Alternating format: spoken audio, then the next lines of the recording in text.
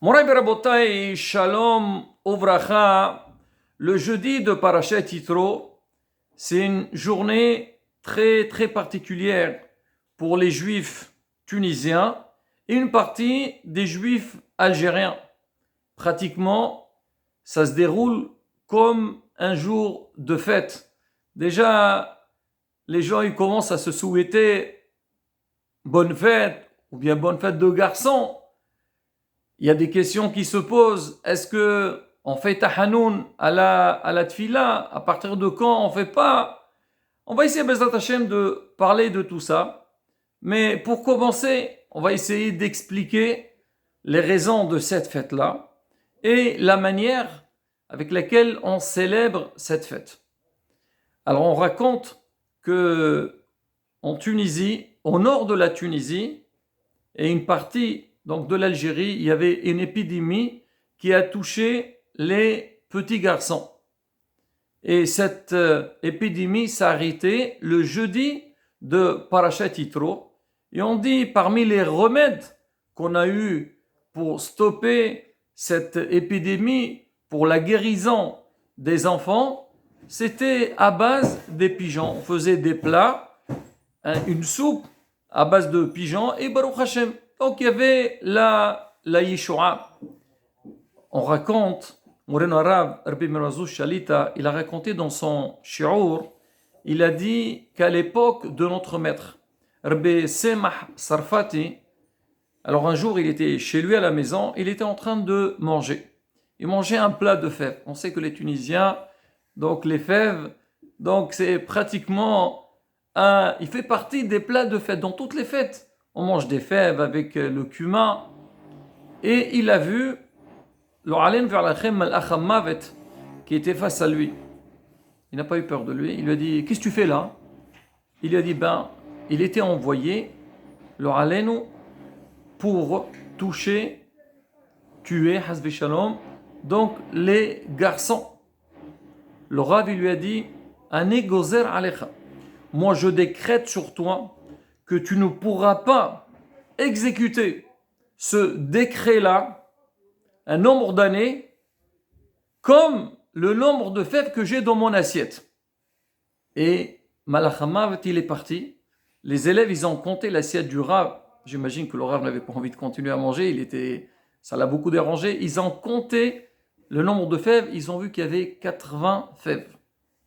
80 ans plus tard, leur aleno, donc l'épidémie, elle a eu lieu. Ça a l'air que c'était une xéra, que c'était difficile de la stopper, mais quoi qu'il arrive, le Rav, il a réussi à la repousser, à la retarder, donc pendant 80 ans. Alors maintenant, on dit que c'est vu que cette épidémie, elle s'est arrêtée le jeudi de Parashat Yitro, donc le remède était avec des pigeons, alors on essaye de faire ce qu'on appelle comme un Purim Khatan, une fête comme un Purim parce qu'il y a eu un grand miracle et vraiment on la célèbre d'une manière très très grandiose. On raconte dans le passé, mais maintenant je pense, en Tunisie, alors ce jour-là, ce jeudi-là, c'était quand on va au marché, chez les pâtissiers, il y avait une ambiance très très particulière, tout le monde était présent, donc pour acheter les gâteaux, on va parler quel genre de gâteaux on faisait. Acheter les pigeons, vous allez chez les bouchers, voilà, ils vendent les pigeons ou bien les coquelets. Et donc on faisait donc une très belle serouda. Et tout ce qu'il était présenté à table, c'était fait en miniature.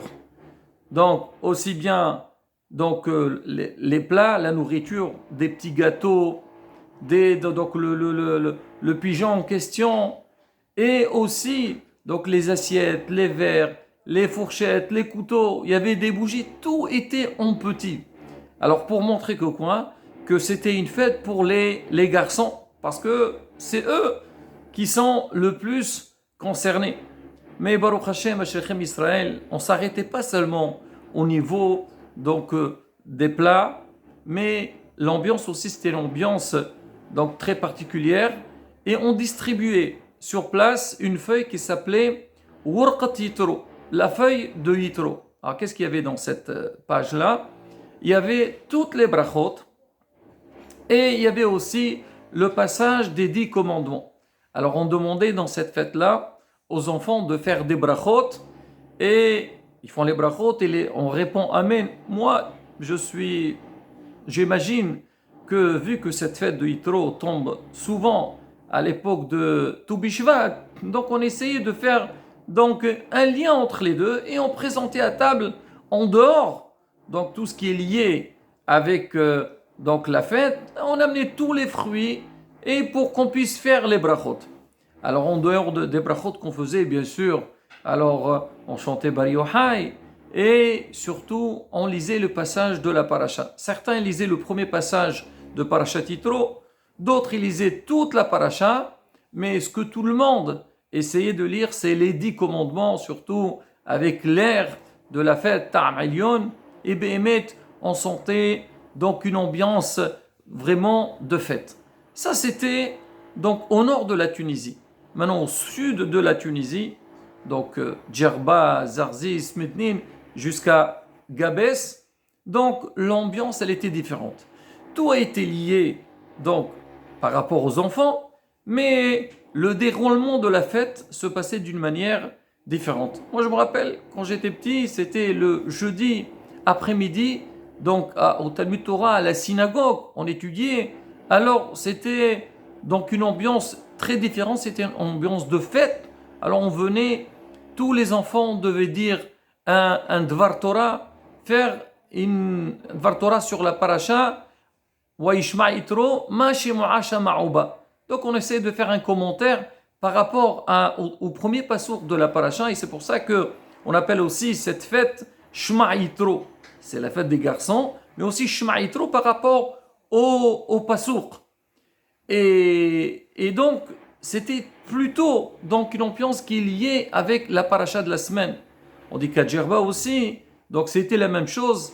Il y avait le Rav donc, de la Yeshiva. Alors il demandait à tous les élèves à venir et faire des Devrei Torah.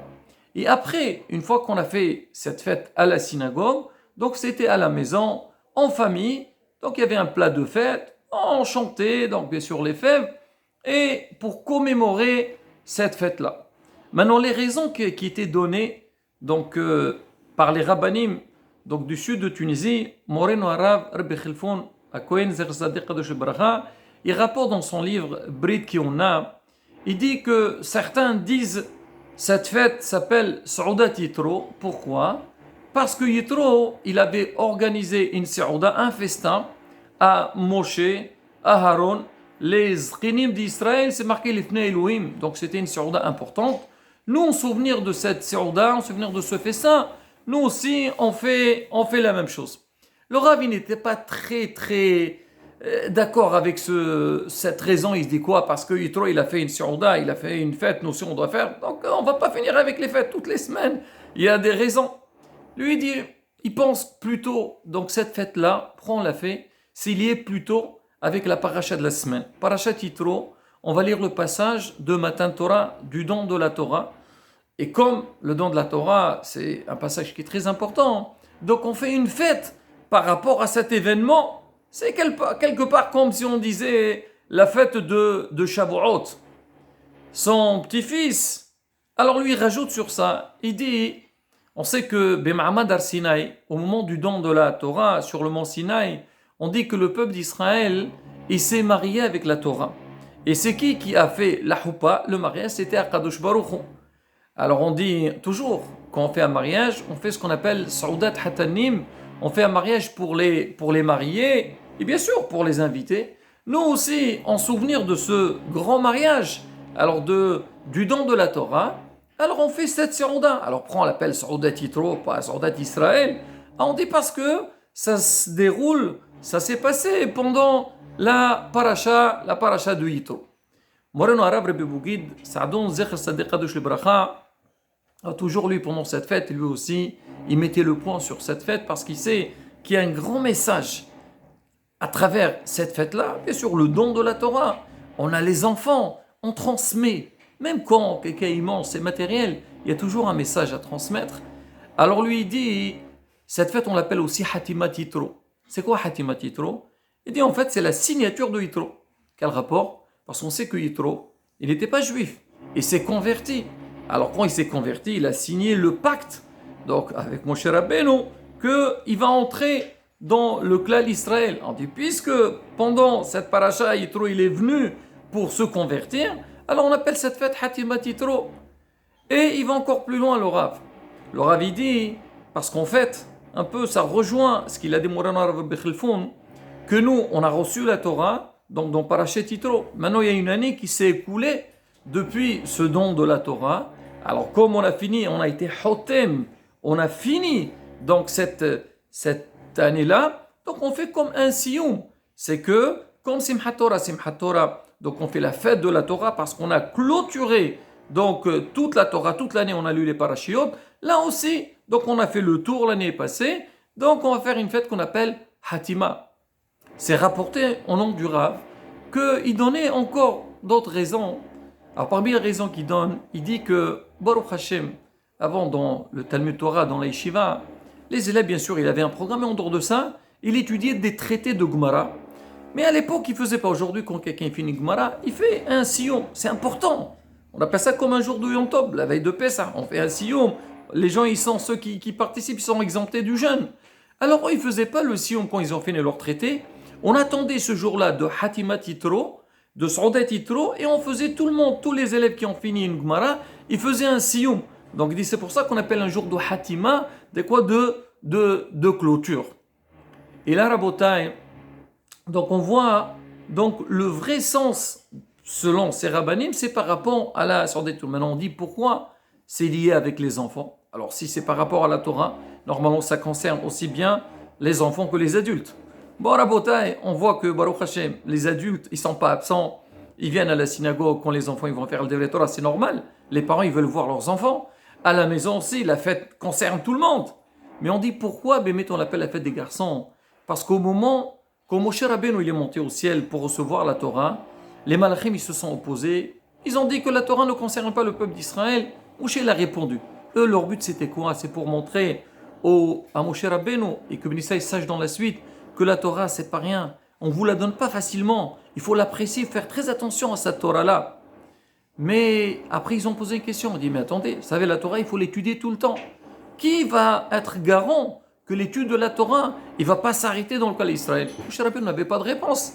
Parce que les adultes, d'accord, ils vont étudier, mais ils doivent travailler, ils doivent s'occuper de leur famille. On dit que les enfants, eux, ils se sont pris garants. Ils ont dit, nous, on prend sur nous l'étude de la Torah, on étudiera la Torah tout le temps. Donc, grâce à l'engagement des enfants, c'est pour ça qu'on dit, alors vous êtes engagés pour l'étude de la Torah, alors on va vous la donner. Maintenant, parmi les festivités qu'on fait pendant cette fête, on a parlé du pigeon, mais il y a aussi ce qu'on appelle, donc on apporte la pièce montée. Alors, pourquoi la pièce montée? Quel rapport? Des gâteaux, je comprends, on a dit en miniature, parce que tout est petit, c'est par rapport aux enfants. Et pourquoi la pièce montée? Alors, la pièce montée, c'est simple, parce qu'on parle aussi du mont Sinaï. Et la pièce montée, elle est sous forme d'une montagne. Nous aussi, on doit rappeler ça. Et on va voir aussi la pièce montée, elle est composée par des petites boules de gâteau avec comme du miel qui coule dessus. Alors on dit, ça c'est un rappel du mont Sinaï. Et pour étudier la Torah avec mitirkout, que ça soit quelque chose de délicieux, avoir l'envie d'étudier la Torah. C'est pas obligatoire, pièce montée, mais si on l'a fait, donc c'est un symbole. Alors maintenant, pourquoi on dit aussi la fête de Yitro? Pourquoi on appelle Yitro? Parce qu'on dit Yitro, donc si on prend le You de Yitro, on le partage en deux, ça fait un He au début, He à la fin, ça fait Hat Torah. Donc tout est lié avec l'Imouda Torah. On dit en Algérie, on appelle cette fête Siyum, c'est les initiales Sa'udat, Yitro au Moshe. Maintenant, Moreno Arav, cette semaine, il a parlé dans son shiur, il a dit, c'est bien de faire cette fête, comme ce qu'on vient de dire, mais il dit, il faut inculquer aux enfants d'apprendre à faire les brachot. C'est-à-dire tout le temps apprendre à faire des brachot parce qu'on a vu dans cette fête, on fait les brachot. Pourquoi? Parce qu'il y a un miracle. Nous aussi, on fait les brachot, faire la bracha à voix haute, répondre à voix haute, Bezrat Hashem. Comme ça, on va rejeter tout le mal. Il rapporte que David Amelech, à son époque, il y avait une épidémie, il a instauré qu'on fasse 100 brachot et l'épidémie s'est arrêtée. Nous aussi, pareil, Rabotai. Quand on va faire donc cette ambiance de Torah, des tfilot, des brachot inculqués aux enfants, les enfants, ils vont sortir avec un grand bénéfice de cette Saouda-là, avec les brachot, les tfilot, Bezat Hashem, Nizki la Gola Shlem Rabbi Ameno, Hag Sameach.